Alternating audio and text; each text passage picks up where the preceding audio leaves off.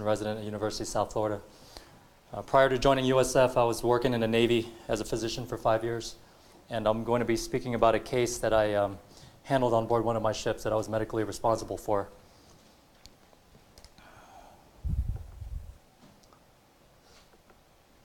So the teaching points, my talk is more public health oriented, and specifically I'm going to describe an influenza outbreak in a vaccinated population. And the CDC has a step-by-step method to investigate outbreaks, and I'm going to go through my case using these steps. But before I start, I'd like to talk about the consequences of a workplace outbreak. What does this have to do with the workplace and occupational medicine? So if you think about somebody who gets the flu, they can either go to work or stay home. If they stay home, that causes stress on the system. Another person has to work a double shift. And if they go to work, they may infect their whole department, their whole lab, their whole assembly line. Either way, like I said, this causes stress. Schedules are unexpectedly changed, and you have decreased morale. And the bottom line is that the mission of the organization is put at risk. So USS Ardent, okay, it's a Navy ship, smaller ship. Crew size is only about 100. It's a Minesweeper ship, so its mission is to look for mines, clear mines, and keep the waterways clear for the bigger ships. There's no doctor on board, and there's really no good way to isolate a patient who presents with a respiratory complaint. The healthcare, is provided by what's called as a corpsman. Okay, it's a medic in the Navy. And on the Minesweeper, there's a specialized corpsman who gets a 1-year training in primary care medicine. Now, me as the medical department head, I was in charge of 9 different ships, so I never actually needed to stay on board for a long period of time. As far as the medical capabilities, sorry about that. All right. Okay, so on February 10, I was driving to work, and the corpsman on board the ship called me up and said, "Sir, we have a problem. We have a lot of sick people." And I didn't know what that meant. I go to the ship, and I'll get into it. But first, I'd like to just show you guys the steps of outbreak investigation as laid out by the CDC. Now, you'll notice I didn't number the steps because in a real-world situation, these things don't necessarily happen step 1, step 2, step 3. Oftentimes, you'll see simultaneous things happening at once, and from case to case, it'll change. It's just the way it is. So in my case, it started off by establishing that there was, in fact, an outbreak. I did this by comparing the incidents to what was expected, and obviously, I didn't expect 25 people to show up with what seemed like the flu. The other thing I did was rule out artifacts. The ship hadn't gone anywhere. It's been in San Diego the whole time, and there was really no change in population. The next thing I did was to prepare for field work, and what I did was I consulted the experts and I got them on board. I got a public health officer on board. I got a preventive medicine physician on board, an epidemiologist. And luckily, the Navy had these people readily available.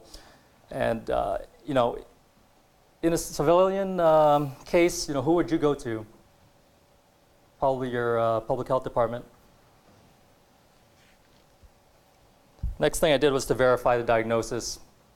And we had 16 positive rapid influenza A cases off the bat, so I knew we had a problem.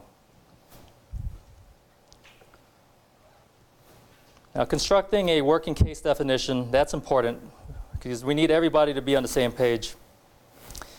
And for our purposes, we chose to use a sensitive case definition. Basically, just anybody on the ship who had influenza-like symptoms. And with a sensitive case definition, you have an increased chance of false positives, but for my purposes, that was okay. I really didn't want to miss any cases. Next, the team of epidemiologists and researchers that I had consulted, they sent a bunch of field technicians to assist in the surveillance. And what they did was they surveyed the ill patients, and they actually collected samples, nasal swabs as seen in the picture, on everybody who was sick. And this was done on the top side of the ship to better isolate the ill from the rest of the crew.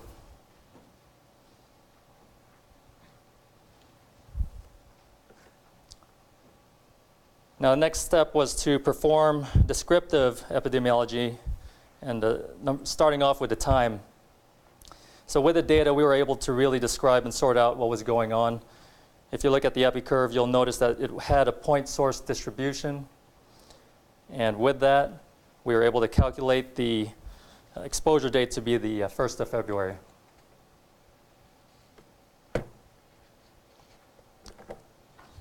Oh. Is that okay? Or?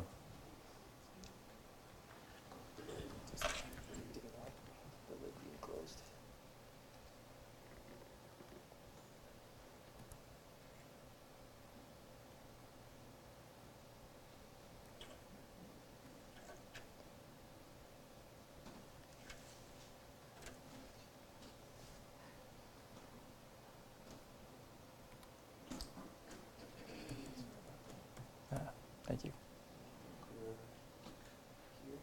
No. Yeah, keep going. It should say by person. Keep going. There we go. Up back.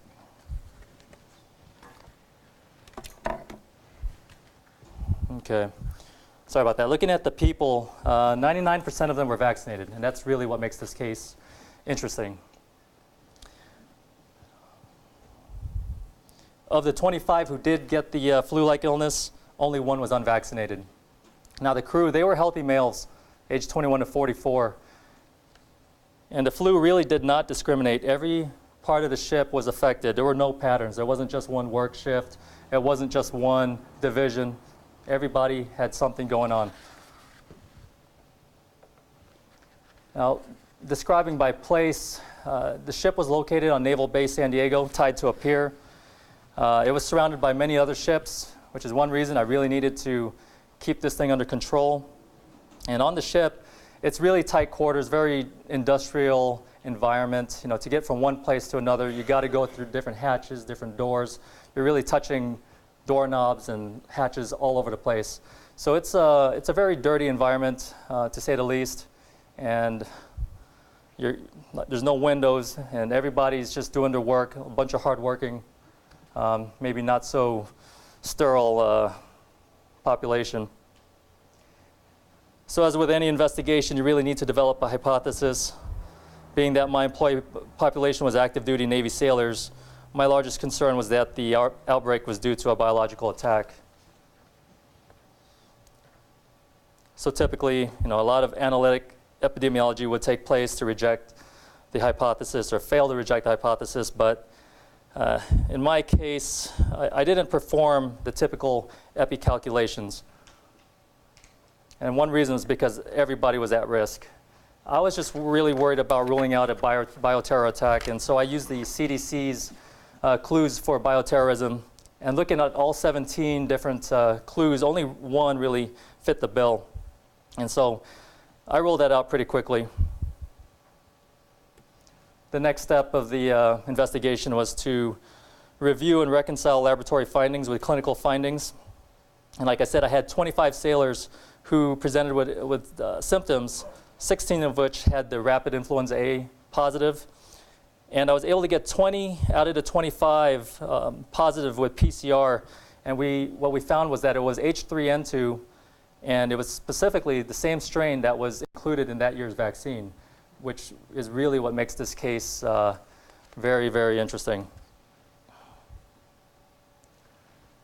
So, implementing controls and prevention measures. What did I do? So number one, I spoke to the ship's commanding officer, and I told him he needs to do some basic preventive medicine. People needed to start washing their hands, needed to start using hand sanitizer, cough etiquette, covering their mouth, using their elbow, and reporting to medical if sick, because in a lot of cases, people will pretend to be sick or, maybe not want to go to work that day. In my case, they had a big inspection going on at the same time as this outbreak. So I had a lot of guys who wanted to keep working and didn't want to go to medical. So, it really took a lot of effort to get people to come and get checked out. Additionally, everyone who was sick, we sent them home for 48 hours, had the ship disinfected, and anyone who had symptoms for the previous 5 days had to use a mask. So if they went home for 2 days, came back, they used a mask for the next 3 days.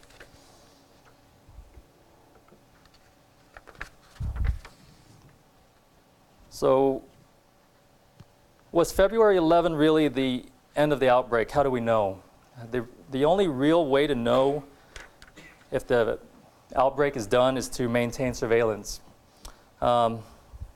Sometimes what's referred to as a propagated epidemic, as seen in measles, you'll get peak in people who are sick and then it'll go away. You might think you're done, but if you don't maintain your vigilance, you might have a second wave and miss it.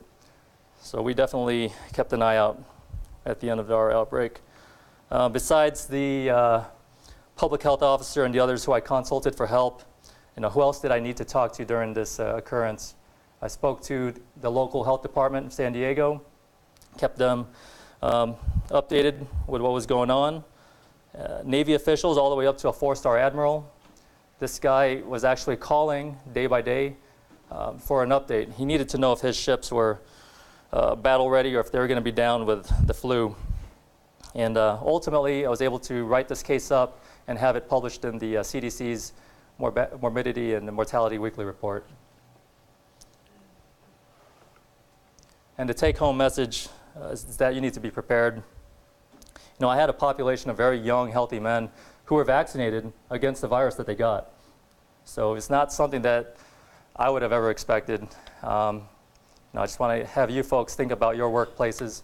A lot of hospitals do have a mandatory vaccination policy, and despite that, it's still good to have a plan for how to deal with influenza outbreak or whatever other emergency it is.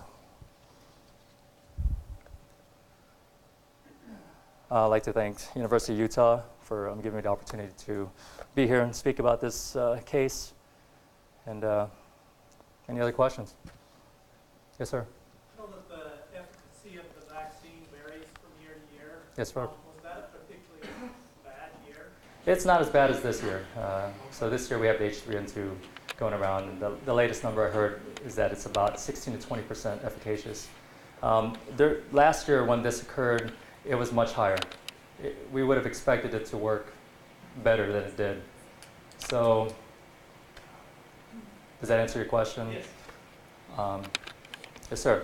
I'm sorry, I just wanted to make sure I heard you. Did you say the efficacy was only 16 to 23% this year? For this year's flu vaccine, that's what's my understanding. Yes, sir. Okay, that's what I thought you said. That's right.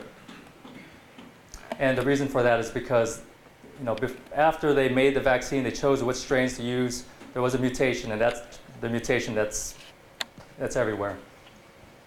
So it wasn't included in the vaccine. What's the usual? The usual efficacy? Yeah. I would have to, I don't want to misquote, I don't want to give you bad information, but it's much better than 16 to 23%. Yes, sir. You said they were in the process of preparing for a major inspection. They were. Do you know how long they had been working extended shifts? So that's a great question.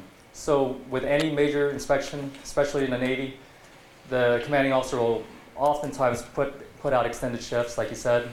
And I think they had been working really hard for a good probably 4 to 6 weeks.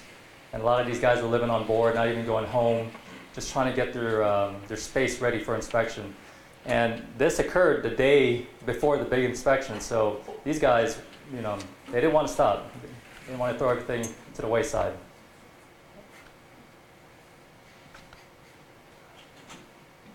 If no other questions, let's thank our speaker. Thank you.